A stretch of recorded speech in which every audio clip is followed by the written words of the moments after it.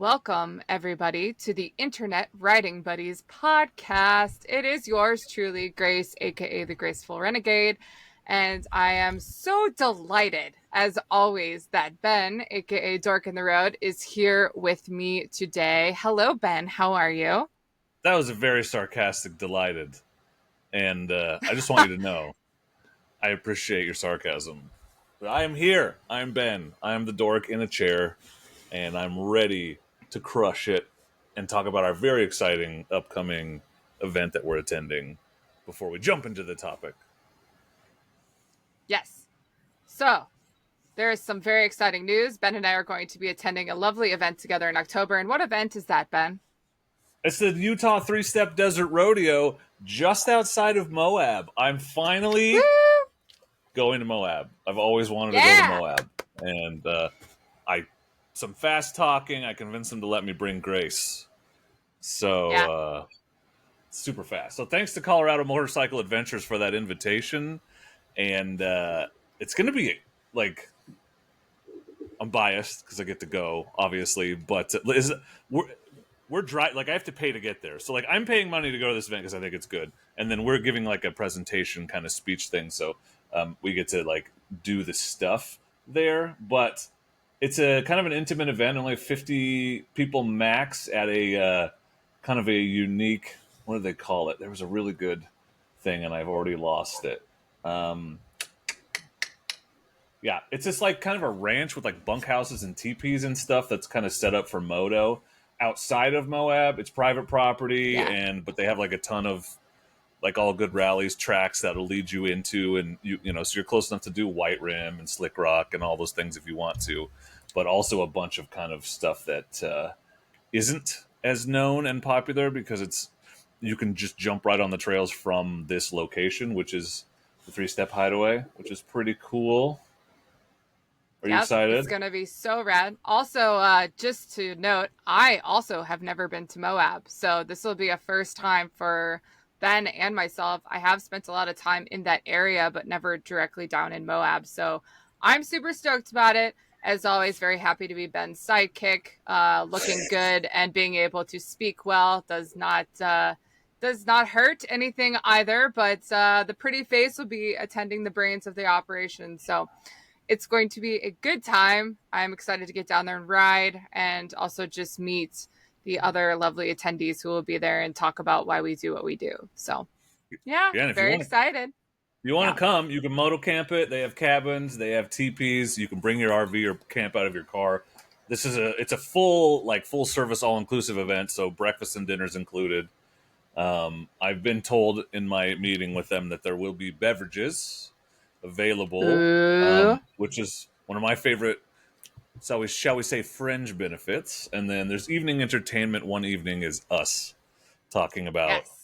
I mean, I've toyed with maybe even trying to record a podcast then, but I think it's not interactive enough. I think we probably should just present and talk to people and maybe just film it for the channel or something. But maybe we'll see what you guys are down for. Maybe we'll just do a live YouTube and have everyone be there with us. We obviously won't be able to pay attention to you. Oh, you know what? I didn't think about that. Well, if anything, we can record it and release later. But we're super excited. Very, very stoked to have some things to look forward to towards the end of the season too. I know we all have usually like a crazy June and July, but to have something in October, which is my favorite month of the year to ride, is such a nice thing to look forward to. So I cannot wait for that. It's going to be great. Yeah, October 2nd through 6th. Then if you want to come hang out with us, I'll put a link in the description of my video, and I think you can work it into the description of the audio stuff too. I will have a link in our notes for the episode of the podcast so that anyone who wants to go, again, I think there's only 50 spots. So if you want to go, sign up quickly. They will probably be gone at the drop of a hat. But in the meantime, Ben and I were really kind of excited about today's topic for a lot of reasons. One is because I think we both just love to camp and be outside no matter rain or shine or snow. And the other is I know that Ben and I are teaming up with Moto Camp Nerd for the foreseeable future to be doing some fun camping videos and things like that. So this is going to be just kind of a fun summer for us. And this is a fun kickoff into the riding spring season. And we are going to be talking about shoulder season camping today, which I know a lot of people don't really enjoy for a lot of reasons we're going to talk about. And a lot of that is due to the unpredictability of Mother Nature. But I think Grace, Ben and I put. what is shoulder season camping? So, shoulder season camping is what a lot of people also think of as in between season camping. So, those months in between, essentially spring and summer, when it's warm enough during the day that you want to get out and ride and then maybe try and rough it out and camp in the evening. This is what I'm talking about. This also applies to between fall and winter, although it's definitely a little colder that time of year. But we've got some tips and tricks for you, and we're usually outside doing a lot of this stuff ourselves. So you are hearing it from self-proclaimed experts in that category, at least. I'm not an expert. No. I have experience. I never call myself an expert. I kind of think I'm an expert at being outside. You know, if you want to hate on me for it, that's fine. But I lived off my motorcycle for 14 months and spent most of that in a tent. So yeah, no, I think I've earned my stripes. That's why you're here, to lend us some credibility. And I asked the definition because the first time I heard it, I didn't know what it was. Yes. And I'm not embarrassed to admit that. But then that was also a time when I didn't do it. So yeah. And I've since discovered that it's not the horrifying, harrowing ordeal that I thought it was. And in fact, it's some of my favorite camping to do. For reasons we'll get into. Yeah. And I think best way to kick this off is probably going to be everybody's main concern, which is the ever-changing tides of Mother Nature. And this can be one of the biggest issues if you're doing shoulder season camping, because it can go from being a beautiful 65 to 70 degree day to 30 degrees and sleeting. How do you deal with these types of things? And the biggest one is always have a backup plan or two for a campsite. One of the reasons I usually do this is because just because it's raining in one region doesn't mean it's raining in another, especially in Oregon. So if you can pick a couple of spots within about 45 minutes to an hour of each other, a lot of the times you can kind of take a guess at where the weather is going to be worse or better and have a backup plan for that. Obviously, having all weather gear is super important. There's a lot of people that don't really like the heavy jackets, pants, whatever else, but it's totally worth it, especially if you are going to be doing that type of riding where you're riding in sunshine and then you go up in the mountains at elevation. And during shoulder seasons, anytime you're at elevation, it is a lot colder than you think it is up in the mountains. So making sure you have extra layers, even if they are a little bulky, is great. And last but not least is my favorite tip that I give to everybody camping in general. Be humble and don't be too proud to book a hotel for the night, because there's just going to be some times where temperature is going to drop. It's going to be raining, snowing, sleeting, insane winds. You just don't know. And honestly, if it feels dangerous or you don't feel like you really want to tough it out, book a motel. Just do it. There's probably one within an hour of you. I can promise you that. And probably not an expensive one. Those Super 8s are great for a reason. So, Ben, how are you feeling about those? Those seem pretty spot on. Yeah, so this is why I love working with you, because not just, and I didn't tell you beforehand, but I was texting with Shaheen from Moto Corsa yesterday. Shaheen, we love you. He's just like, I love the podcast. It's so good. You guys have such a great dynamic. And I was like, I know, it's really cool to be able to work with someone that matches your energy and brings as much to the table as you do, or probably more, if we're being honest. But also, a thing that I believe is a real strength is that we both love and do the same thing, but we have completely different perspectives. Yeah. Like, because I've never lived off my motorcycle for 14 months. So all the tips you just gave are great. They all apply. But I think more so if you're traveling and camping, right? Because for me, a shoulder season camping trip that's a ride to camp. That's I'm going to go there and I'm going to camp, and I like to do it off the motorcycle, but I like to be super prepared and super comfortable. And so I'm not going to do hard riding to get there necessarily, because I want to bring more stuff. Yeah, right? Absolutely. But what you're saying still apply, like multiple ideas for campsites. Even I've had it rain in one campsite in a campground and not in another one, sometimes. Yep. Or you just bring the setup that enables you to deal with whatever weather ends up coming, and and we talked about this in the last podcast, but a tarp is like incredibly useful in so many ways, Yeah. up to and including, which is one of the ways you can deal with one of my least favorite things about this type of camping is, which we'll get to, which is wet gear. But Yeah. setting up, I learned this trick actually from Chris Critter Moto, but setting up your tent under the tarp, Yeah. not because it's overkill or double, but because then you're not in the rain when you're setting up and when you're tearing it down. So, Absolutely. I know. and you're, And we talked about this in the last episode too, but I mean, I had so many people give me trouble about having a tarp when I traveled originally, especially Alex. And like, once we had a couple of situations where it was super useful, you'll never have a doubt about bringing it again. I promise. It's definitely like number one camping thing I recommend for shoulder season, just because you never know what the weather is going to do. yeah, and for maybe the newer people out, because if you're like an experienced hiker or backpacker Mm-hmm. type person, you already know this, but at least I'm not talking about a blue plastic tarp from Walmart because they're bulky, they don't last very long.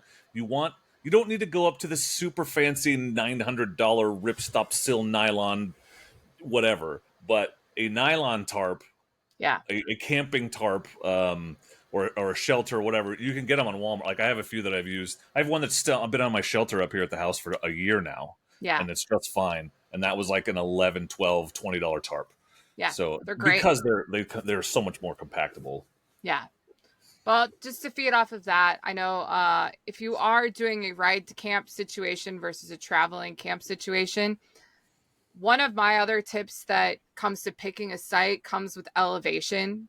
During shoulder seasons, I think some of the best ways to avoid catastrophe are to pick campsites that are at lower elevations, because obviously getting up at higher elevations is beautiful, it's super scenic. But the minute the sun goes down, which is early because it's winter and early spring, um, once you kind of get into those like early days and the temperature drops and you're at elevation, you have no guarantee that the wind's not going to get crazy, that a storm might come through. And when you are higher up, it's colder. So what might be rain in the valley is going to be snow on the mountain. So I think it's just a lot easier to make sure you're picking lower elevation sites during shoulder seasons of any kind, because then you just avoid that kind of harsher climate you get when you get higher up. Yep, and that's always good advice. And it's harder in some places and easier in others because here Mother Nature tells you when you're at too high of an elevation because there's snow on the ground, Yeah. because it's not melting, because it's not getting below freezing, Yeah. and this is either you're prepared for it and you're doing that on purpose, Yeah. or it's going to be cold. It's going to be cold, and you need to be prepared for that regardless. But and we also lose access to a lot of the nice high elevation campsites, at least here, because you just can't get there. Snow is Yeah. There's snow until June. I read the other day it peaks in April, which really shifted my thinking about snowfall and which is why the BDRs don't open until July generally. Yeah. But Yeah. elevation is, sorry, go ahead. No, go ahead. Go ahead. Elevation. Go ahead. Elevation is something that maybe people don't think about as much. I like to go, like, I'll check the weather for here, but I'll also, even at my favorite campground that's close by, that's like 20 minutes away, I will check literally the weather there, Yeah. because it's often very different. Like, there's a lot more often snow in the forecast. And I think we're at 800 feet here, and if that place is at 1,500, I'd be surprised. Yeah. We're at like 3,500 here in Bend. So we're higher no matter what, high desert. But again, like, we get some of our best snow for skiing and snowboarding in like end of March through May, like early May. So if you keep that in mind, like, especially as a motorcycle enthusiast who likes to camp, like, you definitely need to be picking those lower elevations. And also at that point, going over to the valley, kind of where Ben is, if you are Oregon and kind of local here, like, just making sure you're finding lower elevation, because otherwise you're almost guaranteed to get snow on. So Yeah, and if you're in a deserty mountain or rockier, like if you don't live in a temperate climate like we do, yeah. you already know this, but two, the snow is not going to be there to tell you not to go up there. Yeah. But it gets cold. Like, cold. the temperature fluctuations in a desert environment are unbelievable. So insane. Even during the summer. I mean, we'll have 30 to 40 degree swings. No problem. Yeah. Speaking of 30 to 40 degree swings, so this is something I think a lot of particularly motorcycle people forget about, which is making sure you're prepared for being at camp. Mm. When you're at camp, again, shoulder seasons, it's going to get darker earlier. It's going to get colder faster, and you're going to be in it longer. So as a result, you need to make sure you're going to be warm while you're in camp.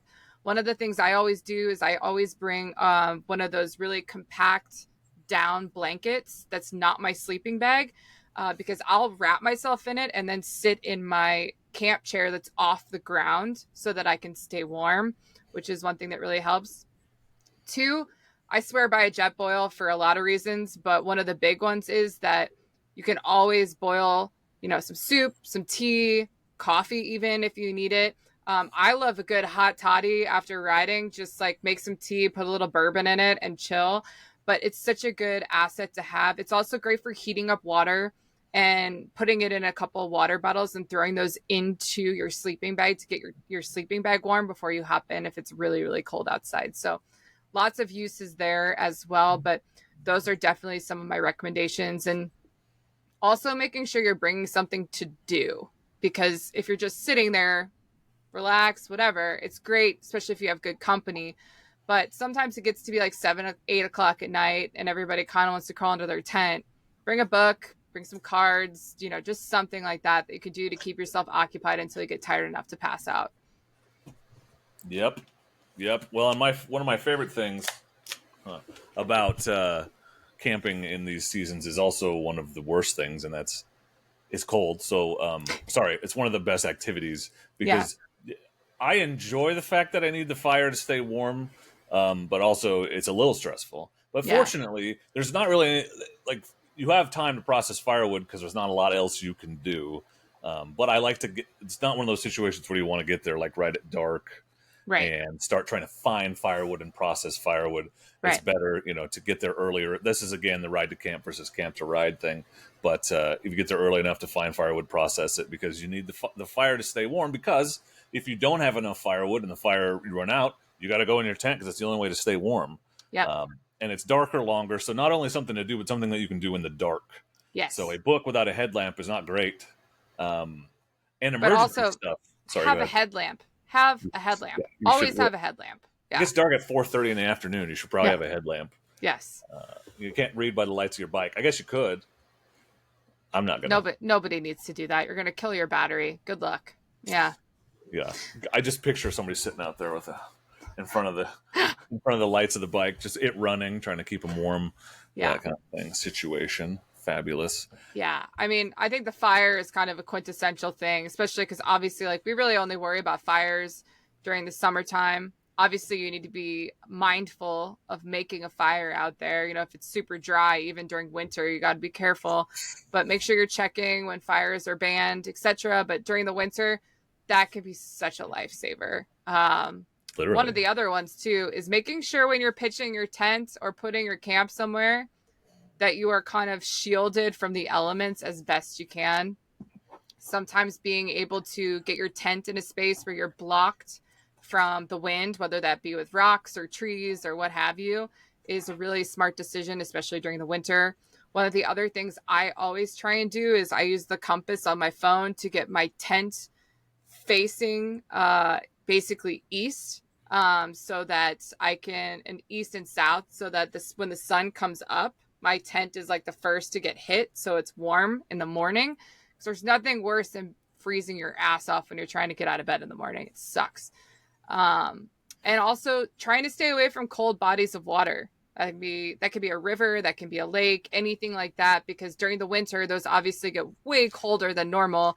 And if you have a wind rush kind of come in that's blowing wind through your camp right over a body of water that's freezing, probably going to be colder than you want it to be. Yeah, and it's interesting because those are both strategies that are the opposite of what you do in the summer. So it's important to think about those things. It's like, I don't want the sun coming up on my tent in the summer. I don't need to be awakened by the heat or the light. So at 4 in the morning, no things thanks. are different. So if you're not accustomed to shoulder season camping, these are the kinds of things you might not think about. The windbreak one is a good one. Yeah. And guess what else could be used as a windbreak? A tarp. Just saying. Yes, it can. Again, another reason to have a tarp, or maybe a neck gaiter. In a pinch, a neck gaiter can be stretched out to a large area and block a lot of wind. You know what I'm saying? Let's tie a couple together.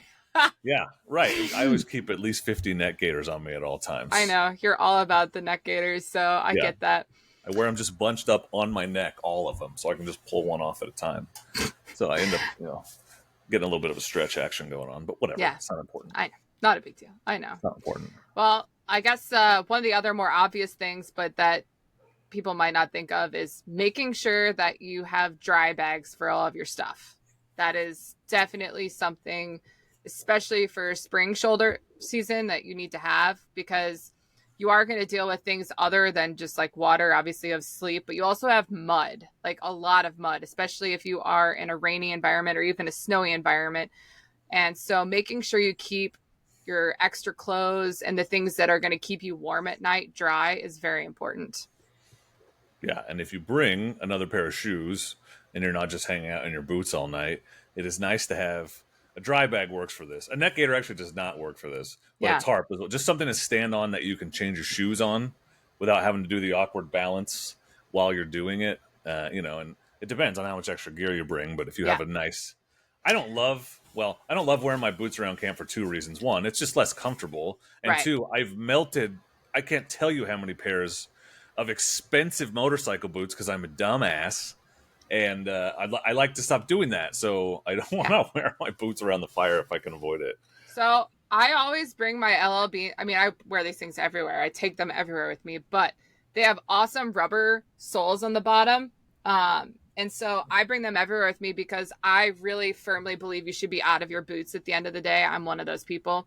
Especially too, if you do have wet boots, one of the best ways to dry them is pop them on the exhaust pipe and just let that hot air go in. It'll at least somewhat dry out the inside if it's pretty wet. But that's usually what I end up having to do because I get very sweaty when I ride and it's gross. But that's a whole other story. But anyway, highly recommend having camp shoes, slippers. Get out of those boots. Your feet will thank you. Also, dry socks for the win, always.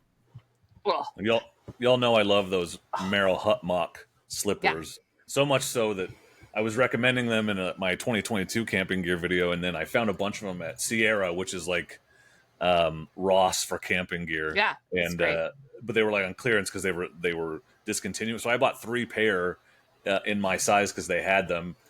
Because they also have a rubber bottom. They're not great in like walking around in wet grass because the No, top is not waterproof. But to keep your feet dry and off of the ground in a comfortable and warm way, and that they absolutely. replace them with a pair that I need to get, but I now have 3 pairs of the other ones with packable ones that actually zip together, so they're like this tall, like a Yeah. couple inches tall, and your bag is all. So I love those. They're awesome. I'm wearing a pair right now. Like no kidding, not Yeah. planned, but I totally am 100%. Yeah.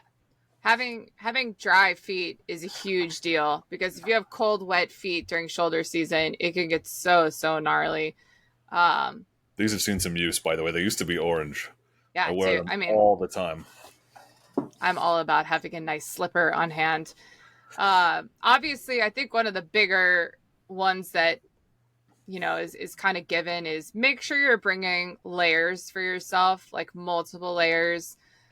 Quick dry things, wool thing. I love merino wool. I actually swear by wool. It's one of the things I always have on me. But hat, gloves, neck gaiter, a nice down jacket so that when it gets super, super cold, you can kind of even tuck that under your motorcycle jacket and put that on. It'll keep you extra warm.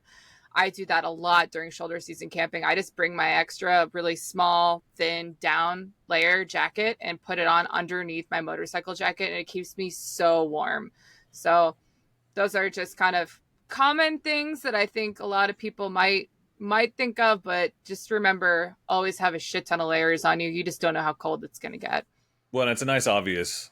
Well, it's less obvious, but because riding there is also cold, so Yeah, a lot of your gear is double duty. So, like, I always wear a base layer and a mid layer, and I don't take them off. Like, that's also what keeps me warm around the campfire. I don't yeah, need both. And then, like you say, you can bring a packable down jacket, which is they can be very small, easy to right. throw in wherever, or wear as your mid layer. I've done that in a jacket with enough room. Yeah, And even if you like, I like to take my riding pants off and put on a pair of a fleece soft shell pants. yeah, But I still have my base layer underneath. I sleep in that base layer. Like, It's like the old timey red pajamas. It It's is. when you're in That's the why we cold. get super crusty when we're out camping because we all have those base layers on 24/7. Yeah, Ah, it's so bad. but Uh, don't underestimate the value of a hat. And you yes. probably don't have one of those. You might. There are base layers that you can wear on your head, but you need something to keep one. You lose a lot of heat through your head. Keep your ears warm. In a pinch, do you know what can work for that? Pair of socks. No, Or a what neck else? gaiter. A A neck neck gaiter works for a gaiter. head. There It'll we keep your head go. kind of warm, but not as much as a wool beanie. No, Toque. honestly, Toque. bring a wool. I swear again, I know I'm biased. I swear by wool. I obviously there's a lot of people that are anti-wool, anti-down, whatever else you're entitled, but um I am very pro wool and pro down because I just don't think there's anything that's as warm, especially when it comes to beanies. I am somebody that is cold all the time. So I have wool beanies I wear all the time. They're the only thing that keeps my head warm and I swear by them. So, obviously if you have your opinions on that, maybe not wool, but try and find something that's going to keep you warm. That's just the biggest thing. For the record, they don't kill the sheep when they take their wool. They don't. Actually, obviously, I think back in the day, things used to be a little less humanitarian, but I've spent a lot of time in Iceland and places where they take the wool and it's actually very humane and fine. And they actually have to take they actually have to get the wool from the sheep so they stay healthy. It's a whole thing. So it's okay, PETA. Don't yell at us. We're Dude, fine. I could go on a tangent here because one of my wife's best friends is a sheep ranching family, Yeah. and they don't. The wool is a byproduct. They're not raising sheep for the wool. Did you know Yeah. that? Yeah. Yeah. So they actually It's the do same. kill them because of the People, meat. But yeah. that's not what the wool is. That's not where the wool comes from. So there. Yeah. Yeah. It's the same thing. It's like all these people are now obsessed with alpaca, which, by the way, alpaca is very warm. I have a scarf up there that's made from alpaca From the fuzz. ceiling? It's so warm. But again, it's a necessity. You have to get the wool off of them. Otherwise, it's just going to become a hazard for them, especially as it gets warmer. So anyway, that's my soapbox. Well. Yes. Don't you love when we get on our soapboxes? Last but not least from my list, and then Ben can add a couple of things if he would like, but make sure you have at least a 3-season sleeping bag. Also, the water bottle trick I talked about earlier with the jet boil is something I have done on many occasions where you just put really hot water in like kind of like a plastic water bottle where you can feel the heat, throw it into, I usually do it down by where my feet are, just because it helps get the sleeping bag nice and warm. Also making sure you have a sleeping bag pad because it gets you off of the cold ground. And I know most people are like, well, duh, but like you would be surprised how many people don't think about that. So make sure you have a pad that gets you off the ground, keeps your body a little bit warmer. That's insulated. That's insulated, yes. You got to keep in mind, you may not have ever tested the extremes of your sleeping bag, but those ratings are at least 10 degrees, if not 20 degrees generous. They are survival ratings. So I always add 20 degrees just to feel safe. You can throw in a sleeping bag liner. Those are not expensive, and they supposedly add like 10 degrees because it's just another air pocket that keeps warm air around you. Excuse me. Those are good. And sleeping pad, not just a good sleeping pad, but R value matters in a way that it does not. In the summer, it doesn't matter. You may not even know what your R value of your pad is. It may not even have one because when you're sleeping on the ground in the summertime, it's 60 degrees at night. You don't care. But the grounds, you're better off on a sleeping pad with no sleeping bag than you are in a sleeping bag with no sleeping pad because 100%. The ground sucks all of the warmth out of your body and you need to be insulated from it. So that is important. And it's good of you to mention that. I want to talk about fire making really quickly because it is on your list. Because the other thing, just kind of thinking about things that are different when you're camping in the shoulder seasons than when you're camping in the summer, is getting a fire going is different because you're not surrounded by dry leaves, twigs, fir needles. Like you go pull the dead fir branch off a tree in the summertime and you can get a fire going anywhere. Right. But, and we don't have birch bark here, which sucks. I watch all my Canadian YouTubers camping and they always just have birch bark. So they have ready-made tinder at all times. And we don't. So you got to bring a fire starter. You got to know how to make feather sticks, which is hard. Or bring something for tinder. Every time I talk about fire starters, someone always comes in with, well, I just soak cotton balls and Vaseline. Yes, that also works. It's gross. So I like the fire starters that are self-contained and I don't have to worry about it. But you do you, baby boo. The point is, you can't just light a match and have a fire go when everything's wet. You got to start with smaller twigs and work your way up as the wood has to be dried out as it burns. You got to split your larger pieces. You can't just throw logs on so that the dry part on the inside is exposed to Yeah. keep your fire going. And I've learned all of these things the hard way, including that Detroit trip with the quote unquote magic fire in Travis's video where it was burning, but it was not hot. And I've since gone back and looked at the footage and realized, while I stayed near camp and pulled down all the dead stuff I could find, they marched off into the woods and came back with like a 30, 40-foot tree that I'm pretty sure wasn't dead. It just didn't have any leaves because it was winter. So I think we were burning a green tree most of the night, and that was the problem. But Yeah. don't cut. You shouldn't really cut down anything. I always have to make No. that caveat. You're supposed to go dead down and dry. Now, if you're pruning dead standing trees from the forest, I would say that's a gray area. It's the only way to get dry wood for us Yeah. in the wintertime is if it's on the ground, it's already ruined. Yeah. But you need to know that it's dead before you cut it down. Because Or leaning ones. Leaning ones are my Yeah. favorite because you know it's dead, but it's not on the ground and ruined. Yeah. But just be careful. Yeah, just be careful and know that like if a tree's still alive, it's not going to burn well. So No. you don't want to do that to yourself anyway. It's double bad. Yeah. And also don't hurt the trees. It's your wind block. Take advantage of it, you know? Yeah, if everyone started cutting down trees, there'd be no trees. So Yeah, let's not do that, clearing please. the dead crap from the ground is good for the forest. Cutting Yes. down live trees is bad. Agreed. Also having activities like getting into a lightsaber duel after having a couple beers is also a good way to stay warm. Who would do that? Me. Oh, okay. You're awesome. You're awesome. Okay, well, let's talk about why people should consider going shoulder season camping and what we like about it. So let me tell you just a few of my favorite things, and then I'll Sounds let you good. fill in and correct everything I said. Oh. So one of my favorite things is there are spots that there's a, like, for example, there's this great spot up near a campground on Highway 20. I'm not going to say where it is because I don't want to have to fight for it even harder, but it's right on the river and you cannot get it in the summer. And even if you do, there's another site right next to it. So even if you manage to get it, you're going to have neighbors. And that's not what I go to the woods for. So, but in the winter, spring, fall, I can get it basically every time I drive up there. I don't even worry about. I mean, I have backup spots up there because obviously I've needed them. But in the springtime, or in the shoulder seasons, you can get those good spots that you can't otherwise get. And a gorgeous spot next to a lake or by a river is still gorgeous, even if it's not summertime. So no competition for spots, and you don't have to. You can go spontaneously, so which is good because in the shoulder seasons you got to watch the weather, right? Yeah. But forget about going up on a Friday night and finding a spot in the summertime. You can't. You used to be able to when I was a kid, not anymore. COVID ruined that because now everyone knows about camping. Yeah. Keep waiting for that to revert, and it hasn't. Yeah. But you can go up anytime you want in the winter and probably get the spot because there's not that many people out camping. And really, the big, shall we say, the normies, the fair weather campers, they really do stick to that Memorial Day to Labor Day. Yeah. So before Memorial Day and after Labor Day, the competition is much less fierce especially in wild camping spots. RV parks, not so much. Yeah. Also, just a quick tip for anybody camping during any season. Obviously, shoulder seasons are different, but if you can swing weekdays for camping, it's usually the best time. Just want to add that in. Yep, for sure. Agreed. Yeah. I love the shoulder seasons because there's no fire bans. Yeah.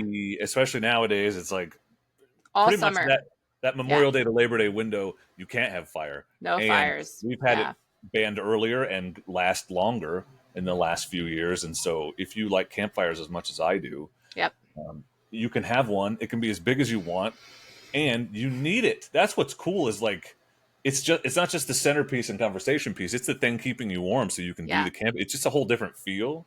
Yeah. But I'm not saying don't worry about fire safety, but I'm not all butt puckery and paranoid when it's pouring down rain and the ground is soaked.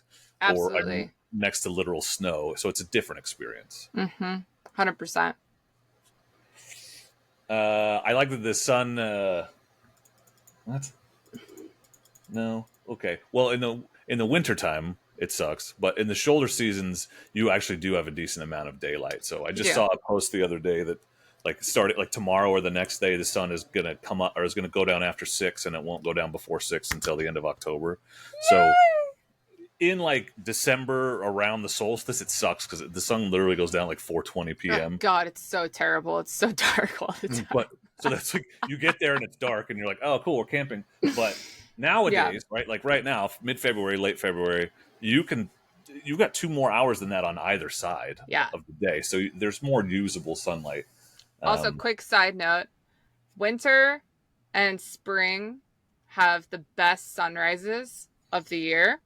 Um, it's just I don't know what it is, but I swear to you, the sunrises are just so much more epic and wonderful. So that is a great reason to go shoulder season camping because obviously, like Ben said, you can have kind of a campsite or a space kind of to yourself, but to have it to yourself and sit there and watch the sun come up with all the beautiful colors, the reds, the oranges, it's just unreal. So highly, that's one of my favorite parts about honestly doing camping during the winter and spring is just waking up early, having some coffee and watching the sun come up because it's epic. It's absolutely epic.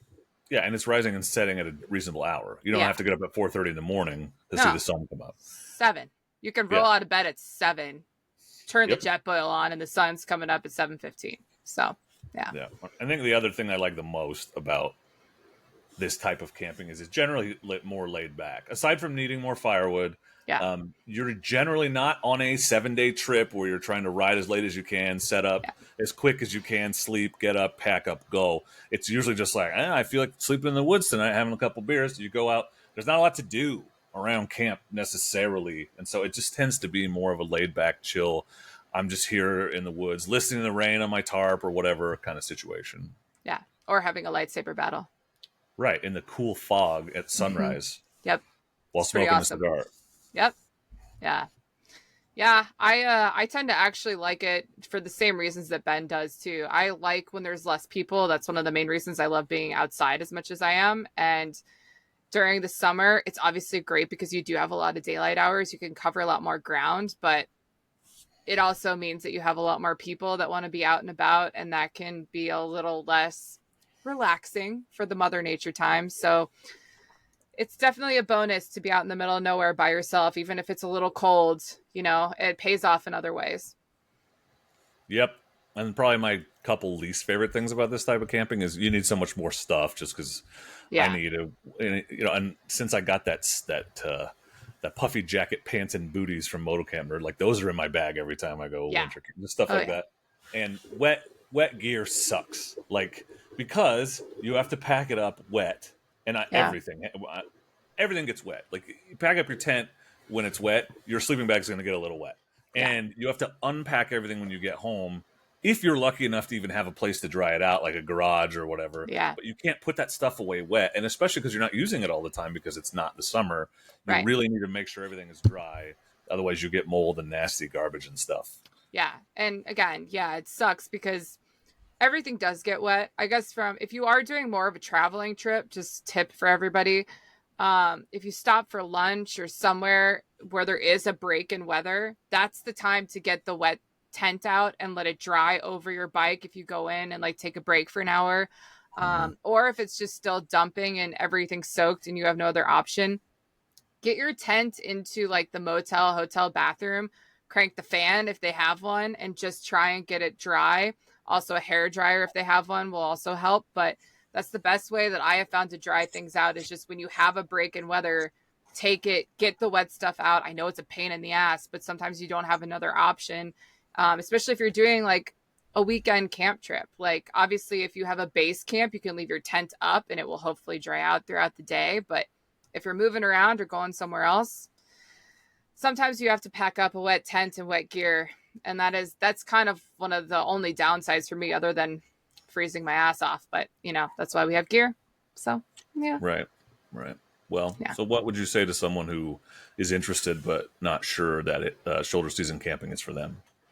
I would say just try it for a night. Go for one round and see how you do. Bring a friend with you. That way, if it really sucks and you guys are just like, whatever, you can just pack up and go home at 10 o'clock at night. Don't feel like you have to stick it out if you're miserable, but definitely try it for a night first pick a spot that's close to home, not too far in case you need to head out for any reason, but just give it a shot. If you hate it, you hate it. You don't have to do it again, right? But just make sure you're prepared. Have the things that we've kind of talked about so you stay warm and safe. But yeah, you never know until you find out. It's true. Yeah. I mean, same. Like you kind of covered basically all of it. Somewhere close. It helps to be able to control your environment. So a campsite you're familiar with helps. And somewhere you can buy firewood is really nice. Yes. That they have dry firewood that you can purchase, which some campgrounds have firewood, but it's not dry. Looking at you, Riverbend, because for some reason their shed they keep it in leaks, so I always have to split and dry firewood when I buy it from them.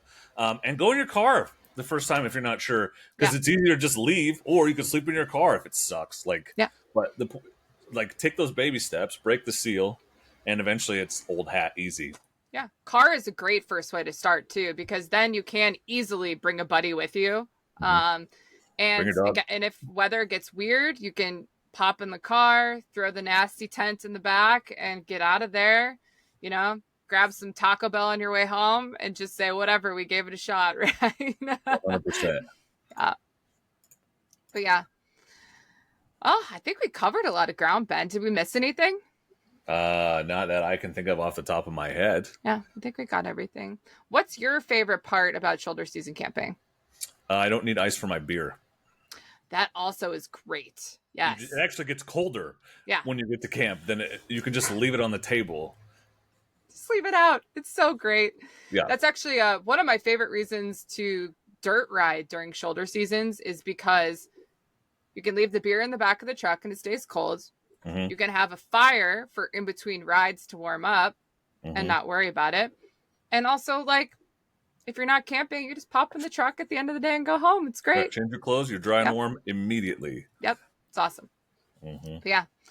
All right. Well, shoulder season camping. If anybody has any questions, please leave them in the comments. We will get to them and be here to assist with all of your needs. And I guess unless you have anything else to add, Ben, any other?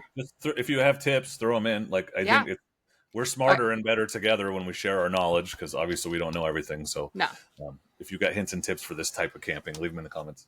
Yeah, or gear suggestions we might have missed. Obviously, throw those in as well. But in the meantime, thank you so much for being here with your favorite internet riding buddies. This is the Graceful Renegades signing off.